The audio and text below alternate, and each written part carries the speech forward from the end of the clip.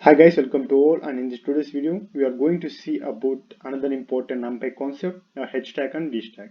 So before going to learn about the coding concept and how it is done, let's get terminology effect of what Hstack and Vstack really are. So Hstack is like when you want to join two arrays horizontally, we use Hstack, and when we want to join two arrays vertically, we are going to use Vstack.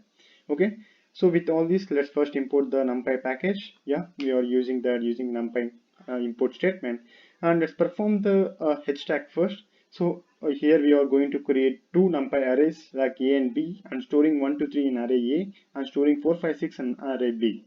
Okay, now let's print about A and B and its dimension respectively. Okay, you can see that array A is 1 2 3 and dimension is 1, and array B is 4 5 6 and dimension is 1.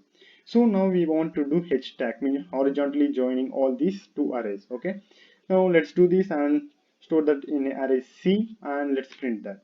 Okay, you can see that C is 1 2 3 4 5 6, and all these two arrays are stored here, and the dimension of C is 1. Okay, yeah, you can understand about the Hstack functionality, right? So let's see what Vstack is and how it is different from Hstack. So in the same previously, like we have also done like creating array A and B and printing the dimension, all these things. Okay, now we are going to see about Hstack. Now you are using np.hstacks. I'm providing A and B variables, and that is storing into C. Okay, yeah.